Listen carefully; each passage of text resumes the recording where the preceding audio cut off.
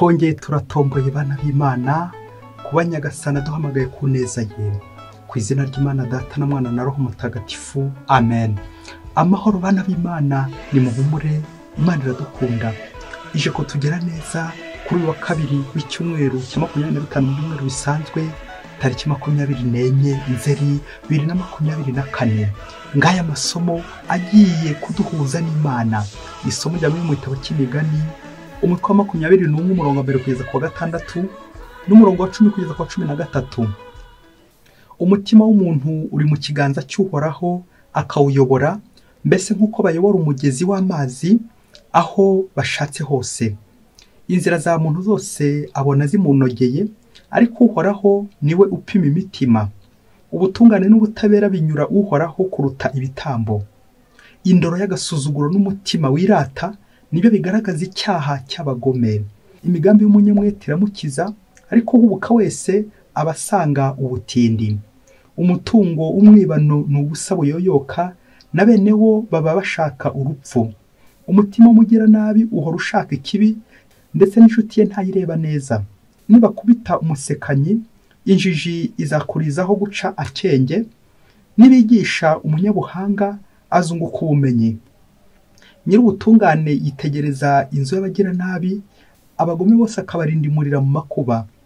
Uwanga kumva umunyantege nke amutabaje, nawe azataka abure umutabara. Iryo ni ijambo ry'Imana. Zaburi 119. Uhoraho, dukomeze mu nzira y'amatangazo yawe. Hahirwa abadakemwa mu mibereho yabo, bagakurikiza amategeko y'Uhoraho. Unyumvisha inzira y'amabwiriza yawe, kugira ngo nzirikana ibyiza byawe. Nahisemo kutazagutenguha, nsobanukirwa n'amateka yawe.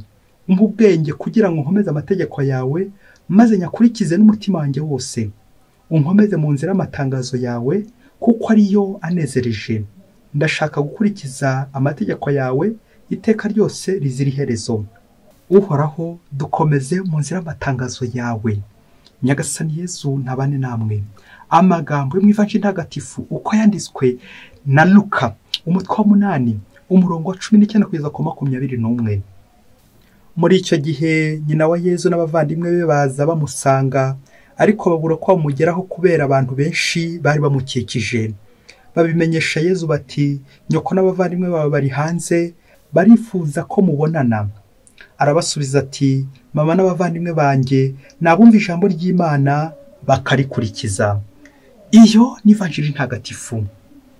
Mama n'abavandimwe banjye nabumva ijambo ry'Imana bakarikurikiza. Bayoboke b'Imana, nimugire amahoro. Yesu Kristo akuzwe. Aha tugeze ni kuri buri munsi. Nujya wumva ijambo ry'Imana, kubera ko Imana iratubwira, ikaba yifuza ko twayisubiza. Ushobora gusubiza uti amen, alleluya, urakoze Mana, n'andi magambo menshi meza yerekana ko twari duhari, kandi twiteguye kugira gute gusubiza Imana. Kubera ko ijambo ry'Imana ni rero rije kugira ngo riduhindure, rigasanga bamwe twahindanye, abandi turi kure, nuko rigatwegeza bugufi y'Imana. Na niyo mpamvu niyo utanasubiza, ujye uvuga uti ndaza gusubiza mu bikorwa, kuko icyingenzi atari amagambo nanone, ahubwo ibikorwa byo guhinduka. Kuko nta jambo ry'Imana n'ubundi risa n'irindi. Na niyo mpamvu iyo rije ku wa mbere rikwibutsa ubundi buryo bwo kubaho, ryaza ku wa kabiri nabyo nuko, ntabwo iryo ku wa kabiri rishobora guhora n'iryo ku wa kane.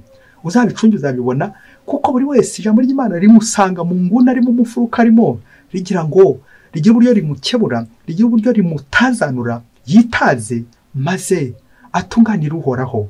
Icyo Nyagasana dushakaho buri munsi nuko buri gihe twamutunganira, tukumva ijambo ry'Imana ariko tukarishyira hehe mu bikorwa. Muri aka kanya tujya kuzirikana ku ngingo nziza yitureba twese nk'abantu bavuka mu muryango. Tujya kuzirikana ku ijambo umuryango, dushatse tukaza kongeraho umuryango w'abana b'Imana. Umuryango, umugabo, umugore ndetse n'abana. Umuryango aho tuvuka, igicumbi cy'ubuzima. Umuryango. Ushobora kuza kwibaza impamvu nahisemo umuryango, ese ko ntaho twabyumvise mu masomo ijambo umuryango biraza kurangira bite? Uze gukomeza ugende buhoro, turaza kubona ko uyu muryango ukureba nanyo ndeba nk'abantu bavukira mu miryango bagakura mu muryango. Nirinze kuvuga tuzapfira mu muryango, tutaza guhita untera ibuye vuba vuba, kuko abantu benshi iyo uvuze ko tuzapfa ushobora guhita mupfa icyo ngicyo. Kandi se hari udafite kopi y'urupfu nyine? na niyo mpamvu imiryango yacu tugomba kujya gute kuyisigasira. Hari ijambo mu binyabuzima biology bita ecology. Ecology biva ku kigereki ecos logos, bikavuga ngo ecos la maison, logos la vie, ubuzima bw'inzu, uburyo wamenya inzu rero nta yindi n'umuryango. Iryo jambo ecology bakunze kurikoresha cyane cyane ku nyamaswa bashaka kuvuga ikintu bita meme famille, inyamaswa z'umuryango umwe. Ikiranga rero inyamaswa z'umuryango umwe ziba muri groupe imwe mu muryango umwe, akenshi zivuka kimwe, zigakura kimwe, zikabaho kimwe, zikarya kimwe, ziba zihuje ibintu byinshi bishoboka. Izo ziba ziri mu muryango umwe, meme famille. Muri make ziri mu nzu imwe zihuje ubuzima, meme famille, mu nzu imwe zihuje iki? Zihuje ubuzima. Y'icyo bita umuryango, abahuje iki? Abahuje ubuzima, abahuje imibereho. Rero ushatse kureba hano ku isi, twese turavuka tukabaho ariko tukazapfa. Ni ukuvuga ko niba ubishoboye neza turi mu muryango kuko twese dukora bimwe, twese tubaho kimwe, twese dufite ubuzima, ariko ubuzima bwacu bwerekera hehe? Bwerekera hakurya y'imva hehe? Mu ijuru. Twaremewe twese kuzajya mu ijuru niho tuzishima iteka. Ese watangiye kumva ko turi meme famille, turi mu muryango umwe? Keretse niba utumvise icyo ecology bivuga. Ecology, inzu imwe. Mu rurimi rw'amashi hamwe ijambo nakunze cyane riza kuganisha cyane kuri iyi ngingo yacu y'umuryango ryitwa ecinyabuguma. Ecinyabuguma bishatse kuvuga unité, abahuje ubuzima, abahuje inzira, abahuje umurongo, ubuzima. Ecinyabuguma rero mu mashi iyo uvuze ngo ecinyabuguma bishatse kuvuga ko abantu utabameneramo, abo bantu ntabwo ushobora kubatandukanya, abo bantu bunze ubumwe. Umva, uramutse wibeshye ukabatambukamo uje kubagira nabi, ntabwo wabakira kuko ubwabo bunze ubumwe, ni bamwe bunze ubumwe. C'est l'unité, ecinyabuguma kimwe, unité. Ngo umuryango rero bwo kubaho mu buryo bwiza, bwo kubaho neza, bwo kubaho mu nzu ubumwe. Mugabo nawe mugore, muri ecinyabuguma, muri umuryango, mu nzu ubumwe, ntawaza batandukanya. Akaba umugabo wanditse ku rugi rwe ati ugenzwa n'amagambo ntakanyerere mu rugo, uko akishuza asanga amagambo ari kugenda dusenya. Ntabwo rero mukoze iki umuryango niba harushaho kubemerera akaza kubasenya. Ecinyabuguma, umuryango mugari. Mu kuzirikana ku muryango twumvise mu isomo rya mbere mu gitabo cy'imigani bagaruka cyane cyane ku mutima. Hari umutima mwiza, hari n'umutima mubi. Mu gitabo cy'ibyakozwe n'intumwa nibwo bavuga ukuntu abigishwa ba mbere, abayoboke Imana ba mbere, abakristo ba mbere bari bunze ubumwe. Ecinyabuguma, umutima umwe, une seule âme, un seul cœur, bari bahuje umutima, bigatuma bashobora gusaba no gusangira. Nabyo twumvise muri igitabo cy'imigani ngo umutima w'umwami uri mu kiganza cy'uhoraho akawuyobora, mbese nk'uko bayobora umugezi w'amazi aho bashatse hose. Amen, amen, amen. Iyo umutima wanjye ari mwiza, ugororokera uhoraho, kuyoborwa n'Imana, kugengwa n'Imana, kugengwa n'Imana. Ibirerekeza ku mutima nama ryajwe rimbere Imana ivugiramo, igakubwira iti iki ni cyiza gikore, iki ni kibi kireke. Imbere umutima, kwemera kuyoborwa n'Imana. Ugenga abantu b'inosi, uri umwami, ariko ukamenya ko umutima ugengwa n'Imana. Ikindi kandi muri iri somo bagarutse ku mutima nanone mubi, urimo imigambi mibisha, uwo nguwo nyine ntabwo ushobora kunyura uhoraho. Uwo nguwo uratatanye, uwo ntabwo uri muri ecology, ntabwo uri mu nzu, uri hanze nyine y'inzu. Ntabwo uri muri famille, ntabwo uri umwe, uratatanye, uwo nguwo urasandaza. Ngubwo ubumwe, ecinyabuguma. Ni nabyo muri ibyo Zaburi yarimbye agira ati uhoraho dukomeze mu nzira y'amatangazo yawe. Amen. Iyo babiri cyangwa batatu bateraniye hamwe yiyambaza, mba ndaho hagati yabo. Matayo 18:20. Nyagasani, iyo turi bamwe, iyo turi hamwe, aradusanga akadusanga rero tugasangira nawe. Iyi vanjiri nayo iraduha famille, famille ya Yezu. Twongeye twibutse famille ya Yezu nyirizina, twongeye twibutse ubwoko bubiri bwa famille Yezu yarafite. Hari famille bita mu Gifaransa famille biologique, umuryango avukamo ku mubiri. Aha ni kwa Yosefu ndetse na Bikira Mariya. Yezu afite famille. Iyi famille kandi Yezu afite n'ababyara be. Babandi abangaba bazanye na Bikira Mariya kuza kumureba. Barashaka kubona Yezu. Kubera iki? Hari amaraso nanjye kubwa yabahumuriye. Barigiye korera mwene wabo kugira ngo baganire nawe nk'abahuje nyine umuryango. meme famille, umuryango umwe. Iyi ni isano ngiye kuvuga y'amaraso, bene wabo wo mu miryango. Iyo abantu bavukana bahuje n'amaraso, biremewe rwose. Ni byiza gusurana, ni byiza kumwe kumbura undi akaza kumureba. Nibyo bibaye kuri Bikira Mariya n'ababyara ba Yezu. Iri jambo umuvandimwe risobanura abavandimwe ba Yezu, babyara ba Yezu. Ubwoko bwa kabiri bw'umuryango babwita mu Gifaransa famille spirituelle, umuryango wa roho, umuryango w'abana b'Imana. Ni abasangiye inzira igana mu ijuru, abahurira mu ngoro y'Imana, abasengana. Abo ni ba Bikira Mariya intumwa, abari bateraniye imbere ya Yesu muri aka kanya ko twabumvise. Abo bose nabunze umwe na Yesu Kristo, bari gusangira nawe, bari kumva ijambo rye. Abo ni bavandimwe be, ni bashiki be, abumva ijambo ry'Imana kandi bakarikurikiza. Famille spirituelle, umuryango mugari w'abana b'Imana. Iyo niyo kiliziya twese turimo, dukikije Kristo, turi kumwumva, kurikira kandi tukamukurikiza. Yamvuga y'amuhanga Feba kugira uti, mbwira icyo urya ndakubwira uburiwe. Urerekeza kuri Ukaristiya, cya gihe twasangiye na Yezu ijambo rye, tugahabwa Ukaristiya, umubiri wa Kristo, ari cyo gitambo cya misa.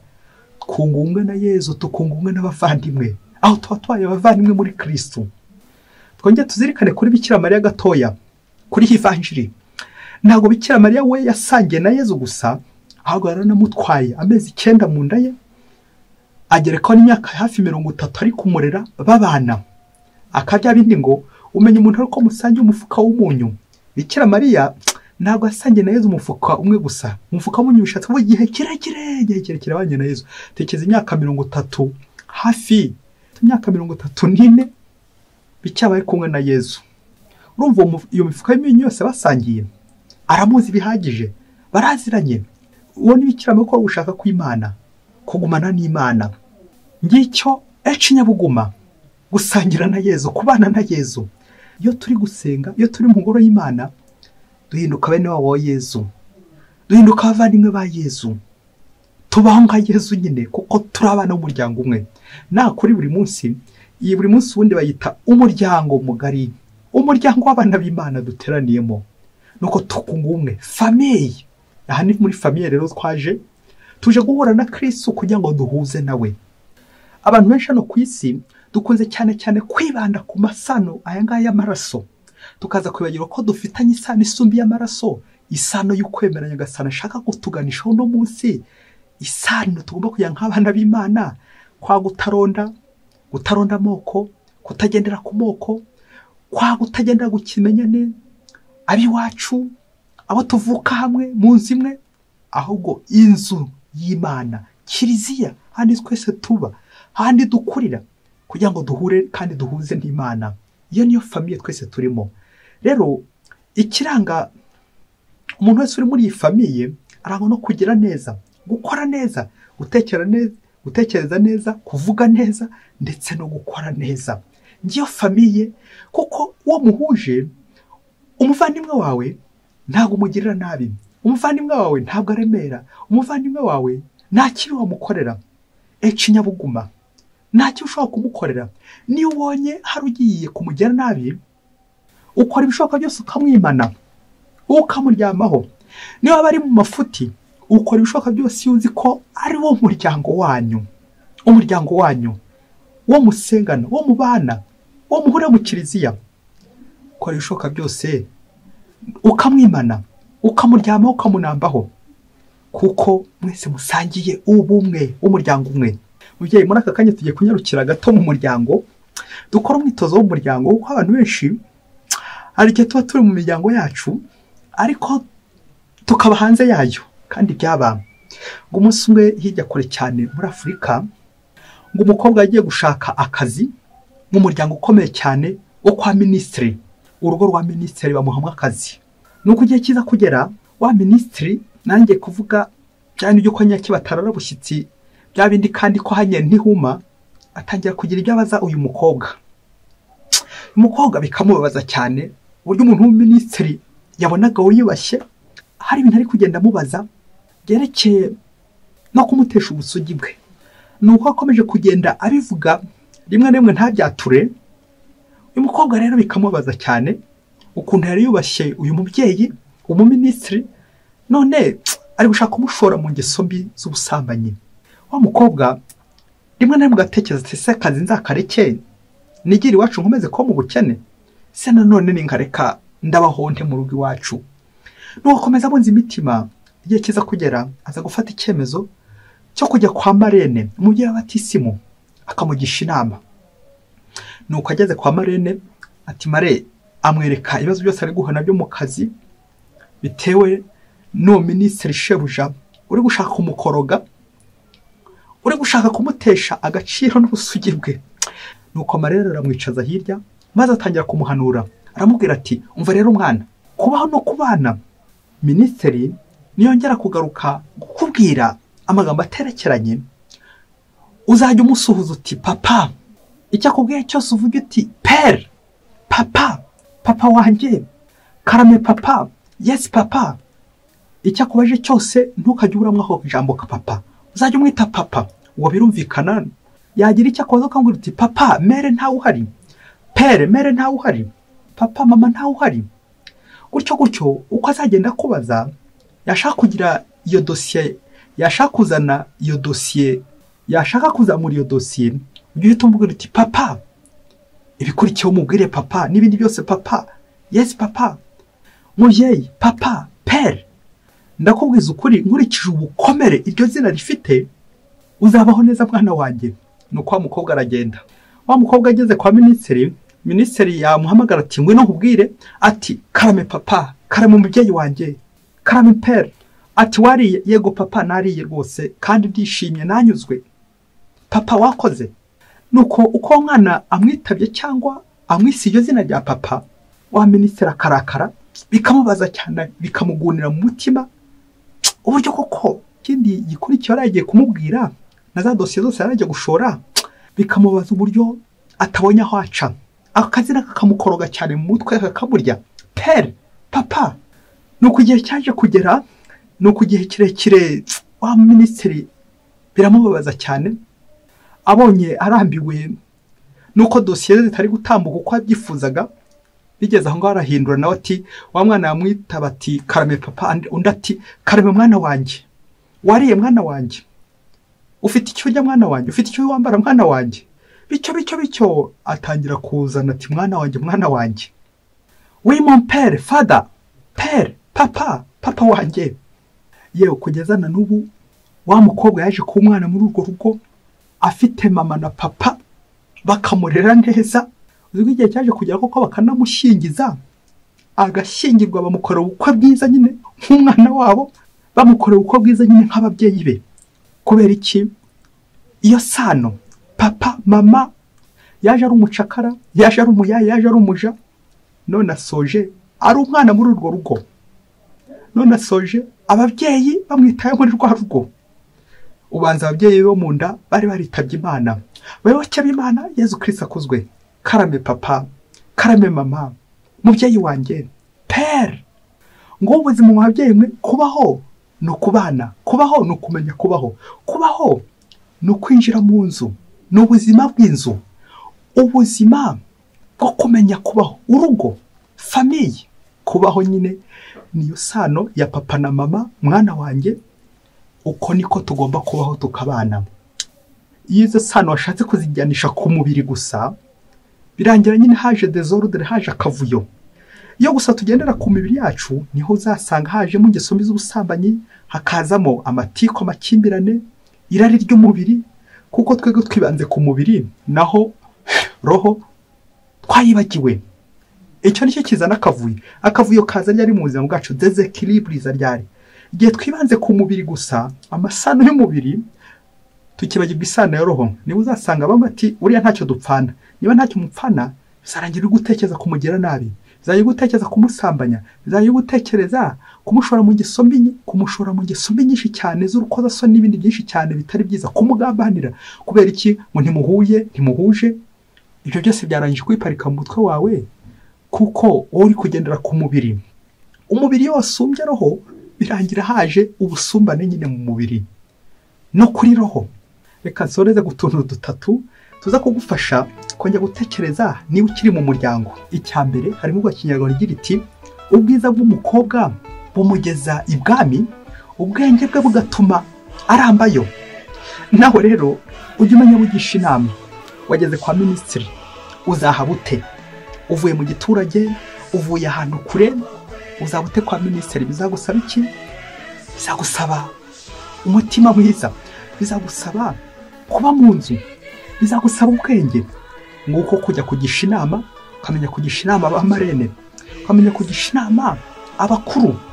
Ati mbigenze nte ko mbuye n'iki kibazo? Mbigenze nte ko databuja amere nabi muri no minsi? Mbigenze nte ko ari gushaka kunyirukanisha mu kazi? Anziza ikiriya, anziza ko hari serivisi ntari kumuhereza. Mbigenze nte ukagisha inama. Kandi ukamenya ugisha inama, kuko ari uwakugisha inama, hari ushaka kugisha inama nanone akaba yakuroha ati ikomereze to genda ikomereze nawe nturi umwana, umenye icyo gukora. Nuko bikarangira aho gukurohora ahubwo arakuroshya. Kandi byabanga marene mbega wowe muntu ugira undi nama izamuroha, nawe umenye ko uzakurikiraho. Icya kabiri twazirikana, hari imvugo ya Kinyarwanda nanone igira iti impyisi y'iwanyu ikurundarunda. Burya iyo umuntu muri bamwe muvukana, iyo umuntu ari umuvandimwe wawe, yewe akabona iyo ari umuvandimwe kubw'amaraso, uwo ngo arakomeye cyane. Uwo ngo nubwo yahera akagenda akajya kure, amaherezo nagaruka uzamwakire. Amaherezo ni munahura mwarashwanye muzongere mwiyunge. Kumenya kurwana ku muvandimwe, kumwimana, kumucunga ugira ngo umucungure, kumwitaho ngo umuvandimwe. Icya gatatu tujye gusorezaho, hari ibintu bine nifuza gusorezaho biza gukwereka uburyo wabungabunga umuryango, inzu yawe. Icya gatatu nubwo buzima bw'umuryango nyine, ecology. Ukunda ndushaka kumugira nabi, ukunda ntumwiba, ukunda ntumusambanya, ukunda ntumushora mu matiku, ukunda ntumubeshya, ukunda ntumushora mu ngeso mbi z'ubusinzi, uburaya n'ibindi by'ikuzimu. Ukunda umwita umubyeyi, ukunda umwita umwana wawe père, mère, mon fils, ma fille, mwana wanjye. Iyo sano isumbiye amaraso. Uwo muntu wageze mu rugo iwawe, uwo muntu ukabone n'ubwo mudahuje amaraso, ntari mwene wanyu, ntari mubyara wawe, ariko muhujwe n'Imana, muri mu muryango w'abana b'Imana rero Kiliziya. Uwo ngo n'umuvandimwe wawe ukugira inama, uwo musangira. Icya kane tujye gusorezaho, ni impamvu muri no si hari akavuyo, impamvu hari za gatanya nyinshi, impamvu abantu benshi bari gutima ihamagaro yabo. Ntari ni impamvu ni ugutamenya umuryango urimo. Impamvu ubusambanyi bukomeza kwiyongera nuko nta muryango uriho. Iyo mwari mufite umuryango, umugabo ntiyagacinya umugore we cyangwa umugore ngo aciye umugabo we, abandi bakabaye indara, mayibobo, kwivumbura n'ibindi byinshi cyane. Kuko nyine famille de Dieu, umuryango w'Imana. Iyo umuryango w'Imana nta gutana. Impamvu dutana tukajya kure nuko nyine twibagiye ko turi muri famille y'Imana, twaracitse. Nawe nusanga waracitse, nanjye kuvuga ugacika Imana, ugacika igipangu cy'inzu y'Imana, garuka bwangu maze nawe wumva ijambo ry'Imana kandi urikurikize buri munsi. Mwese Imana ibaho umugisha, Imana Data na Mwana na Roho Mutagatifu. Amen. Padiri Masumbuko Ladislas wa Diyosezi ya Cyangugu.